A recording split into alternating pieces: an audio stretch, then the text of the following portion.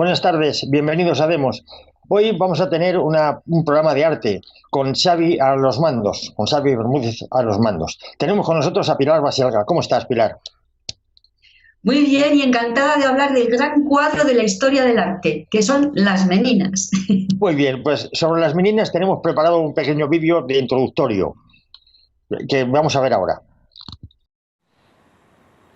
El cuadro conocido como Las Meninas es un gran lienzo de más de 3 metros de alto que el pintor sevillano Velázquez realizó en 1656, cuando era pintor del rey Felipe IV.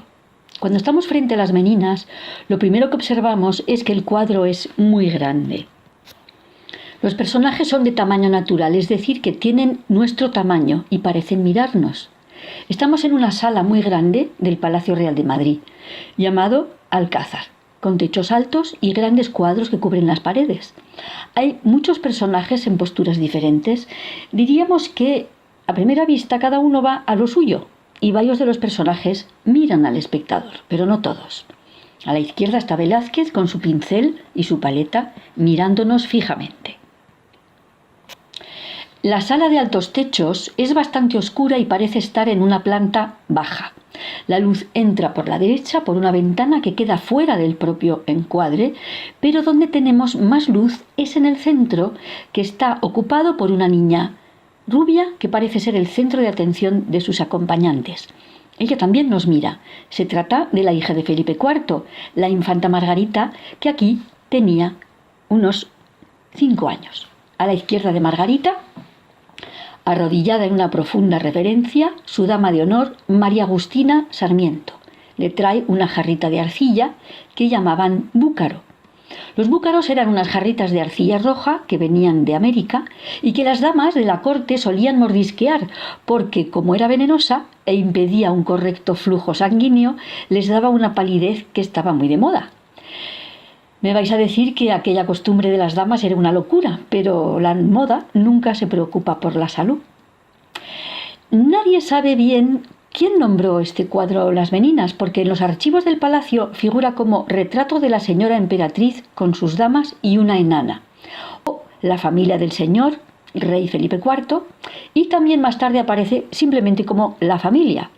Y no será hasta el año 1843 cuando aparece en el catálogo del Museo del Prado por primera vez con el título de Las Meninas.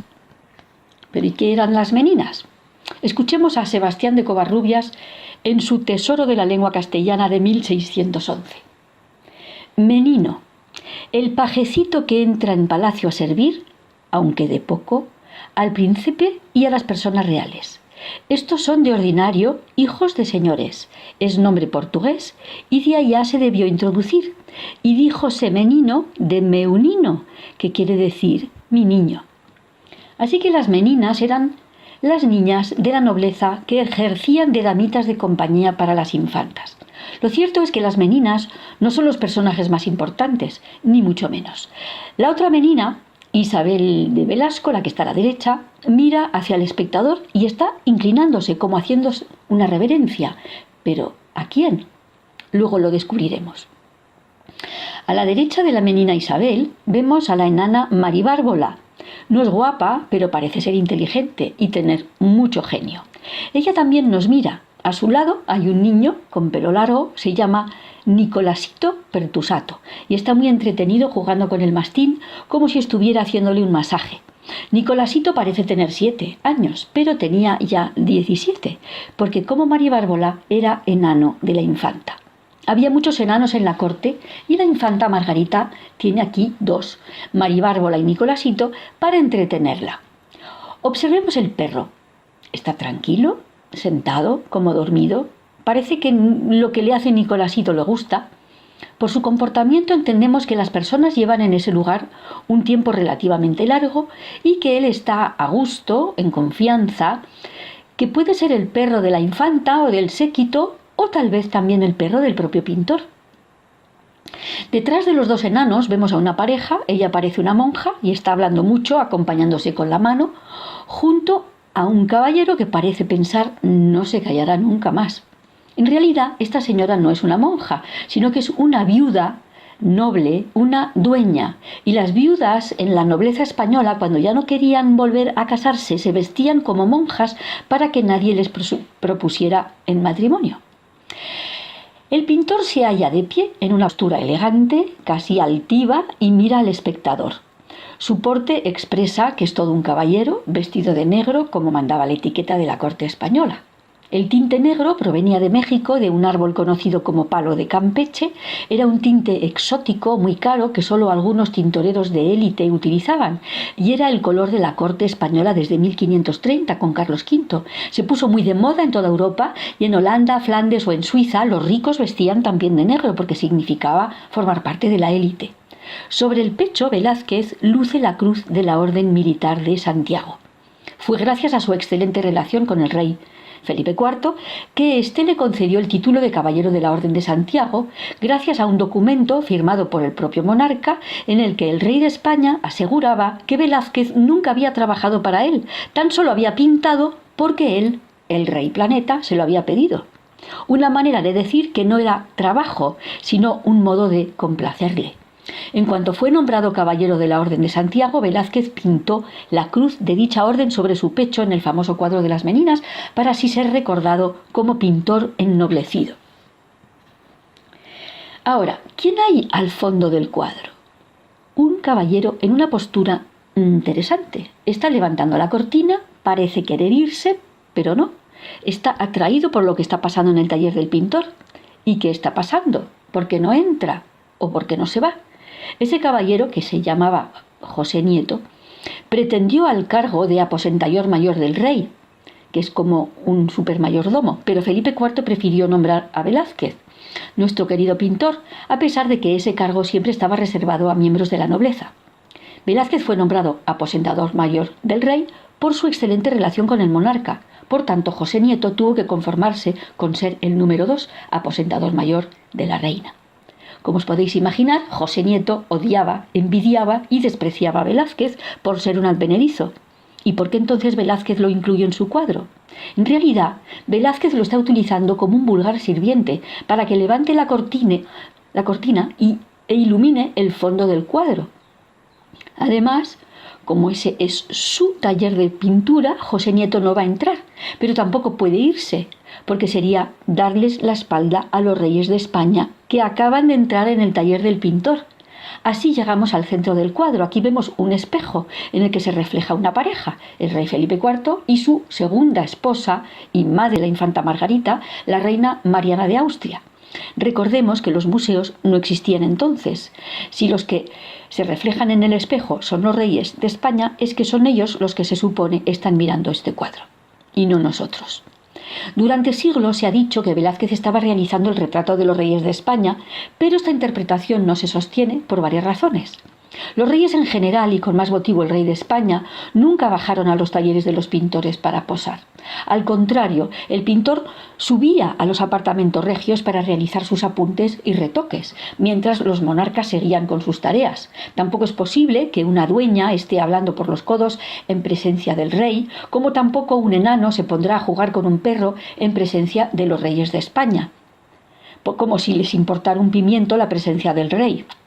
No, estas personas se comportan así no porque sean maleducadas, sino porque no se han dado cuenta de que acaban de entrar los reyes de España. Por tanto, lo que está pasando es lo siguiente. Estaba Velázquez pintando el retrato de la infanta, que lleva un rato en su taller con todo su séquito, cuando, de repente y por sorpresa, la pareja real acaba de entrar en el taller del pintor para ver cómo avanza el retrato de su hijita querida, a la que quieren casar con el emperador de Austria. Tan solo algunos se han percatado de quién ha entrado, y estos son la infanta, el pintor, la menina de la derecha, la enana y José Nieto, en el fondo. En cambio, los demás siguen a sus cosas. En cuanto todos se den cuenta de que han entrado los reyes, todos callarán, harán sus reverencias y saludos protocolarios, y el cuadro cambiará. Es decir, que el cuadro muestra lo que los reyes están viendo en ese momento al entrar en el taller. Ahora observemos el autorretrato del pintor. Su figura y su cara aparecen mucho más grandes y nítidas que la del mismo rey. Velázquez, que mira hacia el espectador con el pincel en la mano, parece decirnos: Tal vez usted crea que solo soy un pintor, pero mi espíritu es tan ocurrente que aquí estoy yo en este cuadro con la familia real. Así todos me recordarán como el pintor del rey junto a la familia real por los siglos de los siglos, y además mi figura es más grande que la del rey.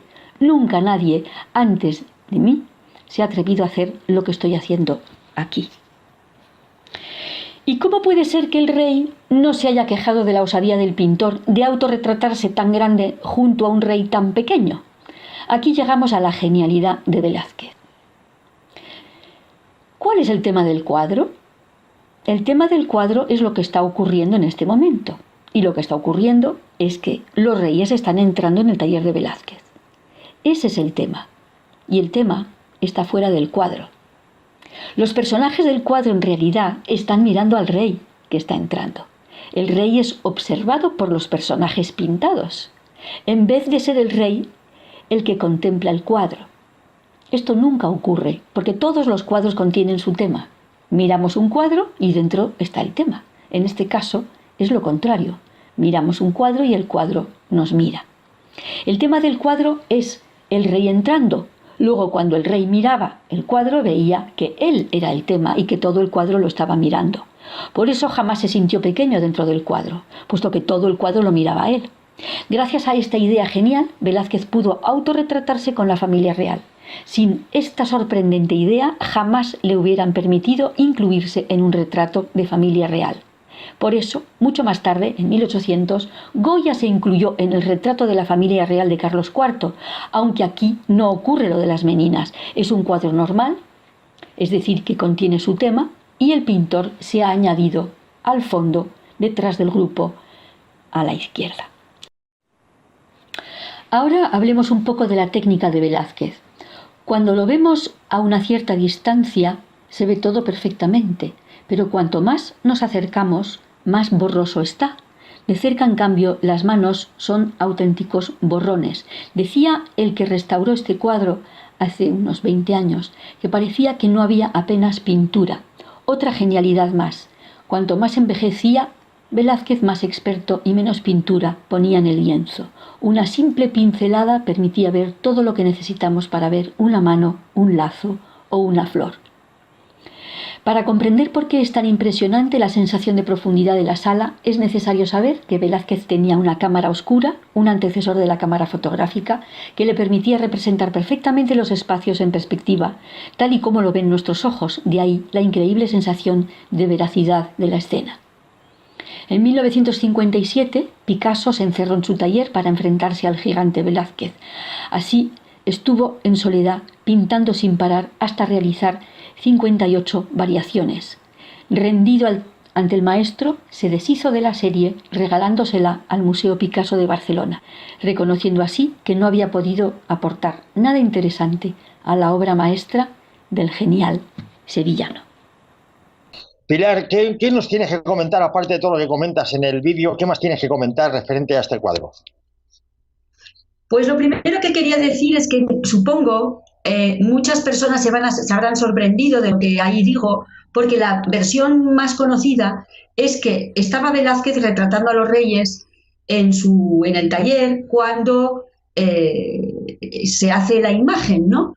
Y el que ha venido a discutir esto es un inglés, Jonathan Brown, del cual hablamos, no sé si te acuerdas, con el tema del Salón de Reinos. Sí. ¿Te acuerdas? Este Sí. señor que Jonathan Brown con John Eliot habían, en el fondo, ayudado al desmantelamiento del Museo del Ejército en el Salón de Reinos del Palacio del Buen Retiro, ¿no? Bueno, pues este señor, que es un enamorado del arte español, un hispanista, pues es el que levantó la liebre diciendo, pero ¿cómo puede ser que nos estén diciendo que los reyes de España están siendo retratados cuando delante de los reyes de España la gente no se comportaba así? La gente no se ponía a jugar con un perro o una dueña hablando por los codos, así, ¿no? Eso era imposible. Entonces este señor tenía la suerte de, como venía de una cultura estadounidense, americana, pues él no había tenido el implante que tenemos todos cuando nos educamos en un mundo. Nosotros teníamos ese implante y era como que nadie podía atreverse a cuestionar lo que siempre se había dicho, ¿no? Entonces la versión de Jonathan Brown, que es la que explico en el vídeo, que en realidad es una sorpresa, es un acontecimiento. Que los reyes bajaran a los talleres o a los lugares donde la gente trabaja, eso no ocurría nunca, porque los reyes están ocupados en cosas mucho más elevadas. Entonces, lo que está contando Velázquez es, fijaros lo importante que soy, que el rey de España, Felipe IV, baja a verme a mi taller y yo le retrato. Esto es, quiero decir que ya está admitido por la academia. Yo creo que este comentario de Jonathan Brown, este estudio, tiene ya 40 años, o sea que es una cosa ya bastante vieja, pero que mucha gente no lo conoce y se sorprenden. Yo no sé si tú lo sabías. No, no lo sabía, no tenía ni idea. Yo esto te lo vi a ti por primera vez allí ante las Meninas en el Museo del Prado, pero no lo sabía. ¿Ves? Claro. Mire. Sí, entonces, otra cosa que quería comentar es que el gravísimo error que no hay que cometer nunca cuando uno mira un cuadro antiguo es mirarlo con ojos contemporáneos. Se puede mirar con ojos contemporáneos, pero siempre con la conciencia de que esa no es la intención del artista, porque él vive en otro siglo, en otra época donde las cosas eran muy diferentes. Y, por ejemplo, una de las banalidades de la modernidad es coger un cuadro de las Meninas y donde están en el espejo, donde están los reyes reflejados, poner un espejo de verdad para que la gente que mira el cuadro se vea reflejada. Y eso es completamente ridículo, porque en tiempos de Velázquez y Felipe IV no existían los museos, o sea que nadie más que el rey y la reina iban a ver ese cuadro. Es un cuadro específicamente para el rey y su mujer. Entonces, esto es que hay que tenerlo en cuenta. Nadie más que ellos se supone que tenía que ver este cuadro. Luego, otra cosa que quería añadir es que para mí el gran tema de este cuadro, que plantea este cuadro para Velázquez, que es la preocupación, en mi opinión, de Velázquez, es el estatus del pintor. Esto es digamos, un trauma que tienen los pintores. Lo voy a llamar trauma porque es un término moderno de psicología, pero es que es recurrente. Por ejemplo, en el mismo Museo del Prado tenemos el autorretrato de Durero, pintor alemán, que se autorretrata con guantes. Los guantes siendo entonces el distintivo de la nobleza. Es decir, que él no es noble, pero él lo que quiere decir es que él no es un trabajador manual y por eso lleva guantes, aunque no es verdad, es un trabajador manual. Bien, entonces es un tema recurrente de los pintores, ¿no? De los grandes pintores, de los de medio pelo no, porque no tenían esa preocupación, pero los grandes genios, precisamente Durero, se hace ese autorretrato con guantes. Tiziano se autorretrata como San Jerónimo, que es el traductor de la Biblia, y también sujetando el cuerpo de Cristo en muchos cuadros, porque hizo por lo menos 4 o 5, yo conozco, en el que él se autorretrata sujetando el cuerpo de Cristo como Nicodemo, ayudando a su entierro, ¿no? O sea, ni más ni menos que sujetando a Cristo. Después viene Rubens, y aquí esto es una ocurrencia, quiero decir, sí que se me ha ocurrido hace poco, porque como yo voy mucho al Museo del Prado, pues de repente se me ocurrió lo siguiente. Hay un cuadro de Rubens que se llama La adoración de los Reyes Magos y es un cuadro inmenso, inmenso. Este cuadro lo pintó Rubens y se encontraba en Bruselas. Resulta que en 1628 Rubens viene en una misión diplomática a Madrid y se encuentra con ese cuadro en Madrid. Y se quedó, supongo, sorprendidísimo, porque no tiene por qué estar ese cuadro suyo en Madrid. Y entonces le pidió a Felipe IV el permiso para poder mejorarlo. ¿Y en qué consistió la mejora? Le añadió una banda por arriba y una banda por el costado para así autorretratarse. Y lo que añadió en el cuadro fue su autorretrato, para dejar claro, porque a lo mejor podemos imaginar esto, claro, de esto no tenemos más que, podemos imaginarlo, ¿no? Llega Rubens de Flandes en una misión diplomática para favorecer un matrimonio entre el príncipe inglés y la infanta española y de repente se encuentra con ese cuadro. Y tal vez Felipe IV no sabía que él era el pintor. Es muy posible que no lo supiera. Y entonces, eso se me lo invento yo, ¿no? Digo, pues Rubens dijo, ¿ah, sí? ¿No te acuerdas que soy yo el pintor de este cuadro que te gusta tanto? Pues ahora te vas a enterar. Me voy a poner ahí, en el cuadro guapísimo, con un terciopelo color púrpura, con una cadena de oro, con una espada, y está muy guapo, de hecho, rubio, con su barba rubia. Y entonces hay que saber que en ese 1628, ¿quién acompaña a Rubens por todas partes? Porque al final al ver la colección de Tizianos que hay en el Museo del Prado, esto ya lo comentamos en otro vídeo, pues Rubens, en vez de estar unas semanas haciendo su gestión diplomática, se va a quedar 9 meses copiando a Rubens en varias obras de Rubens. Entonces, sabemos que Rubens y Velázquez estuvieron juntos. Me imagino que Velázquez estuvo ahí cuando Rubens se autorretrataba con los Reyes Magos. Y tal vez ese cuadro de Rubens es la chispa del joven Velázquez. Dice, anda, mira cómo ha conseguido autorretratarse con los Reyes Magos. Ah, pues yo voy a hacer mejor, me voy a retratar con los Reyes de España. Oye, qué bonito. Y lo voy a hacer. Qué bonito lo que acabas de contar, que es muy bonito. Es que puede claro, ser así, dice, claro, explicaría mucho el cuadro de las meninas, lo que estás diciendo. Claro, dice, ahora lo voy a hacer de una manera en que no me puedan decir nada. ¿Cómo lo puedo hacer para que no me digan nada? Pues recreando una situación real en la que estábamos todos juntos, los reyes, tal y cual. Y luego la genialidad de que el cuadro mira al tema y que el tema está fuera del cuadro. Eso sí que es la repanota, vamos. Y esto,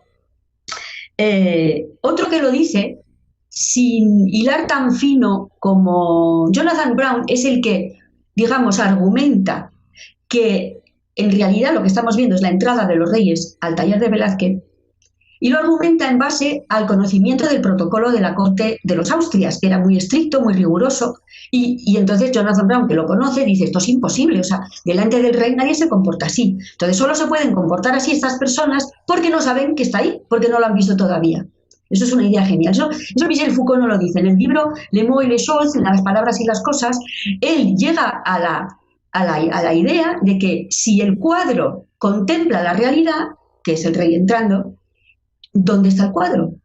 Y a mí me parece esa pregunta que es la cosa más brillante que se ha escrito. Y me lamento que todas las cosas más brillantes que he leído sobre las meninas son de extranjeros, de Jonathan Brown, de Michel Foucault, y luego Manet también, cuando vino en 1800, creo que era 67, al Prado, dijo, Velázquez es el pintor de los pintores.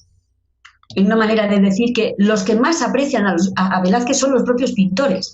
Y yo creo que de ahí la obsesión que tenía Picasso con Velázquez, y que hizo esa serie que es un churro, vamos. Oye, pues... Bueno, pues estas son las cosas que quería añadir. Sí, después de esta explicación se mira el cuadro de otra manera. Yo sí voy a añadir algunas cosas más, algunas puntualizaciones. Existe una nota de Velázquez del año 1657, que es un año después de pintar el cuadro, que dice así: Velázquez era aposentador real. ¿Qué significaba esto? Pues que era el encargado de las sábanas del rey, de llevar los sacos de paja a los guardias, de asegurarse de que las esterillas donde dormían los criados estuvieran en orden, del abastecimiento de leña y carbón, de controlar al personal de limpieza y de sostener la silla del rey durante los ágapes públicos, al parte que le acompañaba también en los viajes. Bueno, dejó una nota en 1657, un año después de pintar el cuadro, que decía esto: Diego Velázquez, aposentador real, hace saber que se le debe por su servicio el sueldo de un año, que asciende a la cantidad de 60.000 reales. El desollinador del palacio y los empleados que dependen de él han dejado de trabajar. Y lo que es peor, no hay ni un real para pagar la leña destinada a las chimeneas de los aposentos de su majestad. Velázquez luego, en 1660, 4 años después de pintar este cuadro, acompañó a un hijo del rey, a una hija, perdón, del rey Felipe IV, para casarla con un hijo del rey Sol, de Luis XIV. Y cuando llegó, escribió: he regresado a Madrid agotado por el viaje de noche y el trabajo de día. Murió un mes más tarde. Es decir, la vida que tenía este hombre allí en la corte debía ser tremenda. Hay que situarnos un poco en qué época estamos. El rey en este momento tenía 51 años cuando lo pinta Velázquez. Estaba enfermo y había arruinado a España por la política económica que había tenido. En la corte se servía pescado apestoso en unos magníficos platos de oro. Los Austrias llevaban en el trono en este momento 5 generaciones y se habían casado siempre entre ellos. En la época de 1640, que es cuando cuando le toca reinar a Felipe IV, esa década de 1640 fue la peor década quizá en la historia de España. En esa época se sublevó Portugal y Cataluña. En 1643 la Armada española fue derrotada 2 veces por la Armada francesa. En 1648 se firma el Acuerdo de Paz de Westfalia con la independencia de los Países Bajos. Es 8 años antes de pintar este cuadro. Las comunicaciones con las colonias estaban muy entorpecidas por la Armada inglesa. Y a Felipe IV le tocó, considerar ya que el Imperio español pues estaba rompiendo y que él ya no era el guardián del catolicismo en Occidente. Acordaos de Felipe II cuando estábamos hablando del Escorial, que se consideraba el Escorial el centro del mundo porque era el centro de todo el imperio. Felipe IV estaba desesperado y confiaba en el duque de Olivares, que era el que llevaba todos los asuntos del imperio. Y él se dedicaba a cacerías y a una vida libertina desde el punto de vista sexual. Se calcula que tuvo 32 hijos ilegítimos. Es decir, ahora cuando se habla de que ha aparecido este o aquel hijo ilegítimo de un rey de España, pues aparece como noticia. Entonces había tenido 32 hijos y había tenido más amantes que Luis XIV de Francia. Tenía un carácter religioso y prometía una y otra vez, lo sabemos por una carta que dirigía a una monja, prometiéndole que iba a ser ya casto a partir de ese momento, que iba a guardar por fidelidad a la reina, ¿no? Que se casó 2 veces. Pero recaía enseguida el hombre y volvía a decir que rezaran más por él, incluso que no rezara la monja esta, sino que rezara todo el convento, por su castidad. A mí me recordaba mucho a San Agustín cuando escribía aquello de: Señor, dame la virtud de la castidad, pero todavía no. Eso lo escribió San Agustín. Bueno, Felipe IV, el pobre, al final tuvo como descendiente pues a Carlos II el hechizado, que siempre ha sido considerado como uno de los peores reyes de España. El Carlos II ha sido rehabilitado ahora en el siglo XXI porque se ha estudiado que logró mantener el imperio frente al francés, que consiguió una deflación bastante importante y el fin del hambre y de la paz. ¿Cómo terminó el rey Felipe IV? Terminó en el Escorial, rezando por sus muchos pecados. Ah, sí. Pues qué bonito. Quería decir, se me ha olvidado lo que quería comentar, se me ha ido, lo siento. Sí, pues si quieres, comento yo algo de cuál era el protocolo de la corte. Para que entender bien el cuadro de las meninas hay que entender cómo era entonces el carácter, tanto de la corte como el carácter de las mujeres, entonces, el carácter de los hombres. Bueno, para darnos a entender, estaba prohibido tocar el cuerpo de la reina o del rey. En cierta ocasión, Isabel de Francia, la primera mujer de Felipe IV, se cayó del caballo y se quedó con un pie enganchado en un estribo. Es algo muy peligroso porque si el caballo se desboca o echa a correr, pues la mata, sencillamente. Ante esto, 2 criados se abalanzaron enseguida sobre el caballo para soltar a la reina. ¿Pero qué ocurrió? Que habían tocado el pie de la reina. Y esto estaba considerado penado con la pena capital. Y los 2 hombres tuvieron que salir corriendo de Madrid. Fue la reina Isabel de Francia la que otorgó el perdón real y rogó que volvieran a la corte. Pero los hombres, por haber salvado la vida del rey, por haber tocado un pie de la reina, tuvieron que salir de Madrid. Fijaros, dime. Voy a comentar algo sobre esto porque tiene que ver precisamente con lo que hace la menina de la izquierda, sí, con la infanta. Nos tenemos que situar. Está Velázquez pintando un cuadro muy grande donde se supone que está la infanta ya con su vestido y él lo que está pintando es la cara, ¿no? Pero la niña tiene 5 años y la infanta no puede tocar la menina no puede tocar a la infanta porque ella es de sangre real.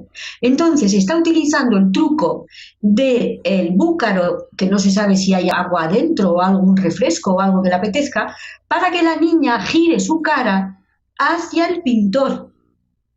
Y de hecho, la menina tiene, la infanta Margarita está como girándonos hacia la derecha, pero con la cabeza, con la cara que gira a la izquierda porque está viendo a sus padres llegar. O sea que ella tenía la intención de seguir lo que le estaba enseñando la infanta, la menina. ¿Qué lío tengo esta mañana? Perdón. Bueno, mira, el protocolo establecía lo siguiente: nadie podía entregar nada ni al rey ni a la reina directamente. Había que seguir un protocolo. Por ejemplo, para entregar un plato de comida, la camarera se lo entregaba a una dama de honor. La dama de honor se lo entregaba a una dama de palacio. Y esta se lo entregaba a una ayuda de cámara, que con la rodilla en el suelo se lo entregaba a la reina. Por eso la infanta tiene la rodilla en el suelo. Nadie podía entregar nada a un rey o a una reina sin estar arrodillado. Este formalismo ya no existía en el resto de Europa, pero en España, que hemos visto que estaba en una situación muy precaria, el imperio se mantenía muy vigente. Hay otra anécdota de Mariana de Austria, la segunda mujer de Felipe IV, que la pobre mujer cuando tenía 13 años cuando salió de Viena para casarse con Felipe IV.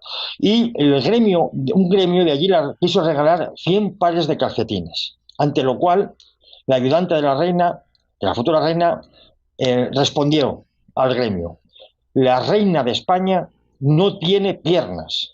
Y la pobre Mariana de Austria pensó que es que se le iban a amputar cuando llegaran a España, pero no, sencillamente la reina de España no tiene piernas, no puede verse las piernas y por tanto aparece siempre vestida con muchos floripondios y por tanto no puede llevar calcetines y punto, y se ha acabado. Bueno, aquí la avenida de la izquierda, María Agustina Sarmiento de Sotomayor, sí, se arrodilla precisamente para ofrecer había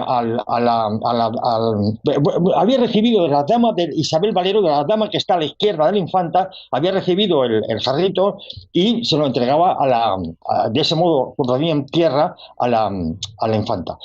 Felipe III, el padre de Felipe IV, este hombre estaba un día sentado en su despacho y tenía cerca un brasero que emitía demasiado calor.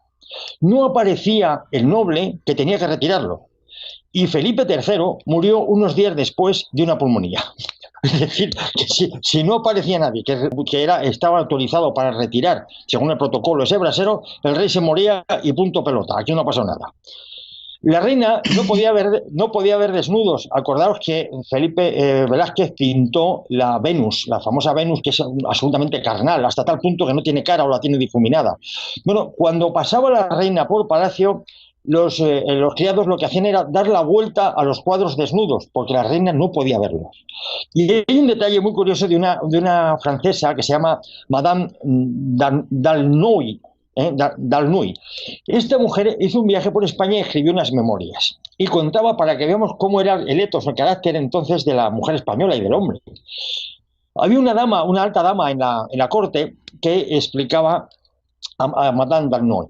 Dice: reconozco, decía textualmente, que si un caballero estuviera a solas conmigo durante media hora, sin pedirme todo lo que se me puede pedir, me ofendería tanto que lo apuñalaría si pudiera.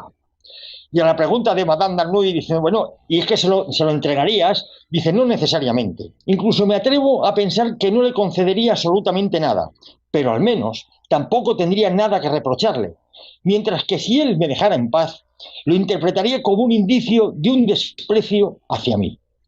No hay nadie, decía Madame d'Aulnoy, que no comparta esta opinión en la corte. ¿Qué opinas de esta Madame d'Aulnoy y de esta anécdota, Pilar? Me ha encantado. Bueno, perdona que te corrija. Madame d'Aulnoy, se pronuncia Aulnoy. No, es que con Aulnoy se pronuncia Madame d'Aulnoy. Es así, pero lo digo para que no se dice Shakespeare, se dice Shakespeare, ¿no? Pues eso, Madame d'Aulnoy. Pero es pues con Y, ¿eh? Pues, es con Y, no es con I latina. Sí, pero se pronuncia así, d'Aulnoy, Aulnoy. No se pronuncia la E. No, bueno, pues, ¿qué es lo que me sugiere? Me sugiere que la corte francesa, además yo creo, Madame d'Aulnoy no era del siglo XVIII. No, era en esta época. Es el XVII. Bueno, es igual. De todas formas, es famosa que la mujer francesa siempre ha sido más descocada que la mujer española. ¿No te parece? Históricamente. Lo que mantiene esta señora es que la mujer española era muy descocada a solas y muy recatada en público. Sin embargo, la mujer francesa era muy recatada en privado y muy descarada en público. Eso es lo que mantiene esta mujer. Ah, no lo había entendido así. Gracias por precisarlo, no lo había entendido.